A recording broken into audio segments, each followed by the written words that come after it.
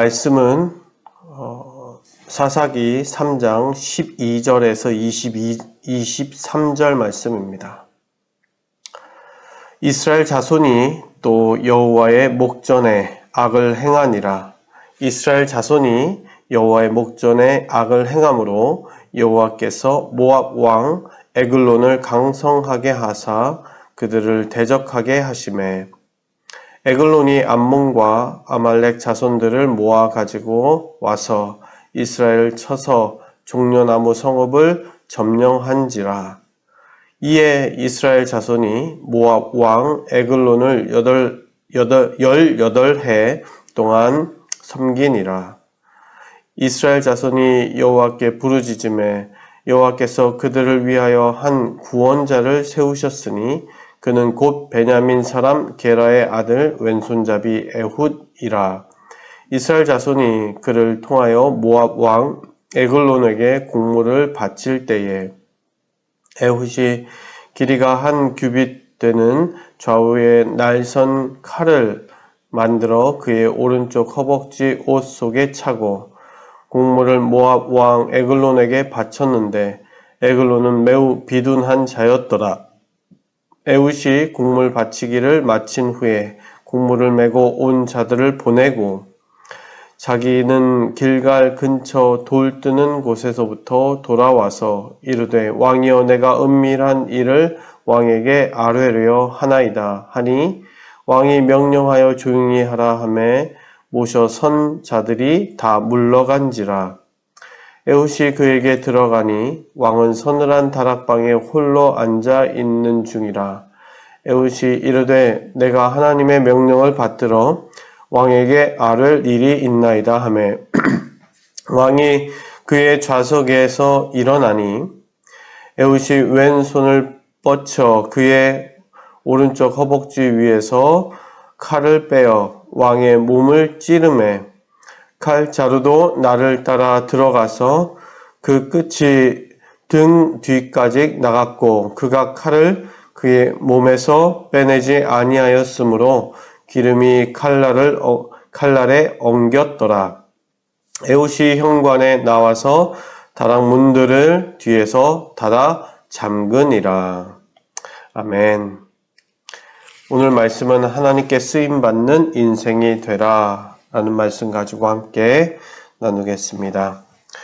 어떻게 보면 이 바로 전에도 첫 번째 사사인 온니엘이 이렇게 나오게 되고 그리고 이스라엘 백성들이 정말 어려운 가운데 있었고 그러한 주변 국가들 때문에 고통받고 있었을 때 그 첫 사사인 온니엘을 통하여서 다시금 그 땅을 차지하게 되고 온니엘이 살아있는 40년 동안 평안했습니다. 근데 온니엘이 죽고 난 후에 오늘 12절 말씀을 보게 되면 다시 그들이 하나님의 앞에서 악행을 행합니다.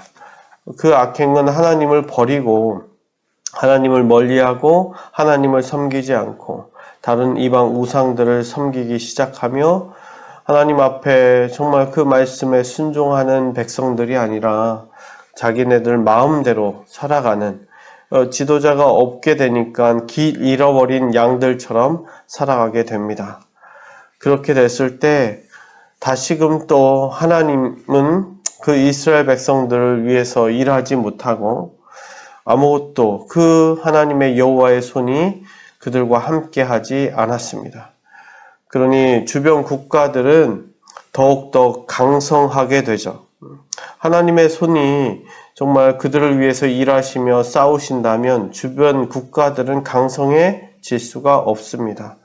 그런데 하나님께서도 일하지 않으시니 주변 국가들은 점점 힘이 세지고 더 커지게 됩니다. 그러면서 그 에글론이라는 모압의 왕이 강성해지면서 그 주변에 있었던 암몬 족속과 아말렉 족속을 함께 협공하여서 이스라엘을 칩니다. 이스라엘을 치는데 거기에서 오늘 나와 있는 종려나무 성읍을 점령한지라. 종려나무 성읍은 여리고성입니다. 그 여리고성 지역을 그 모든 성읍을 점령해서 이스라엘을 점령하게 돼버립니다. 그렇게 해서 18년 동안 그 모압의 압제에서 살아가게 됩니다. 그러한 가운데 오늘 15절 말씀을 보게 되면 그 고통 가운데 18년 동안 계속해서 힘들게 어떻게 보면 포로된 자로서 살아가는 거죠. 그러한 삶을, 그러한 압제 속에서 살아갈 때에 이스라엘 백성들은 또 고통을 호소하게 됩니다.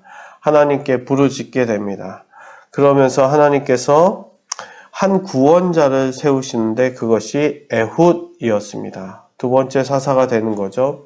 그 두 번째 사사인 에훗이 세움을 받아서 하나님께 순종하여서 이제 그 에글론에게 공물을 바칠 때 나아가서 그 에글론을 암살하게 됩니다. 그렇게 되면서 이스라엘이 다시금 그 땅을 되찾는 기회를 마련하게 되죠. 앞서 온니엘도 마찬가지고, 그 다음에 에훗도 마찬가지고, 이때 당시에 사사는 어떤 말씀을 선포하거나 깨닫게 하거나 이것보다 전사였습니다. 사울 군사, 장군. 근데 어떤 장군이냐? 믿음의 장군. 하나님의 말씀을 받아서 그대로 행할 수 있는 믿음의 장군이었습니다. 그렇게 하나님께 순종하는 자인데 오늘 우리가 봐야 할 것은 그의 출신이라는 것입니다.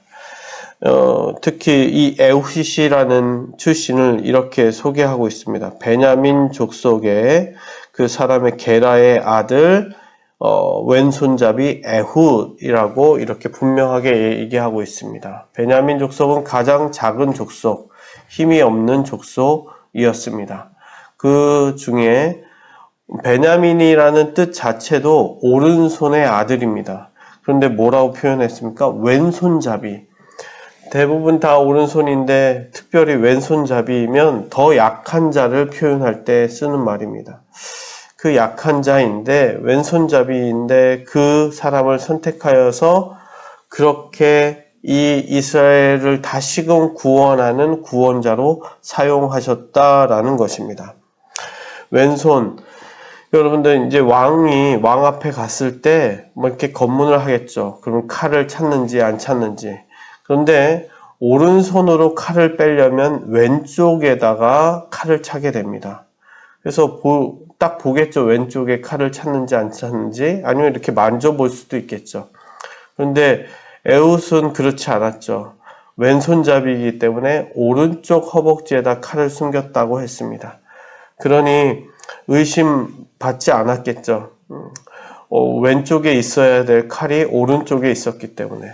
그런데 이 사람이 칼을 잘 쓰는 사람이었나 의심이 되는 부분이 있습니다. 무엇이냐면 오늘 말씀을 보게 되면 22절에 칼자루도 나를 따라 들어가서 그 끝이 등 뒤까지 나갔고, 칼자루에서 칼을 빼지도 못할 만큼 순식간에 일어난 일일 수도 있겠지만 그렇게 훈련된 사람도 아니었던 것입니다. 어떻게 보면 처음 사람을 이렇게 죽이는 그러한 사람일 수도 있었을 것입니다.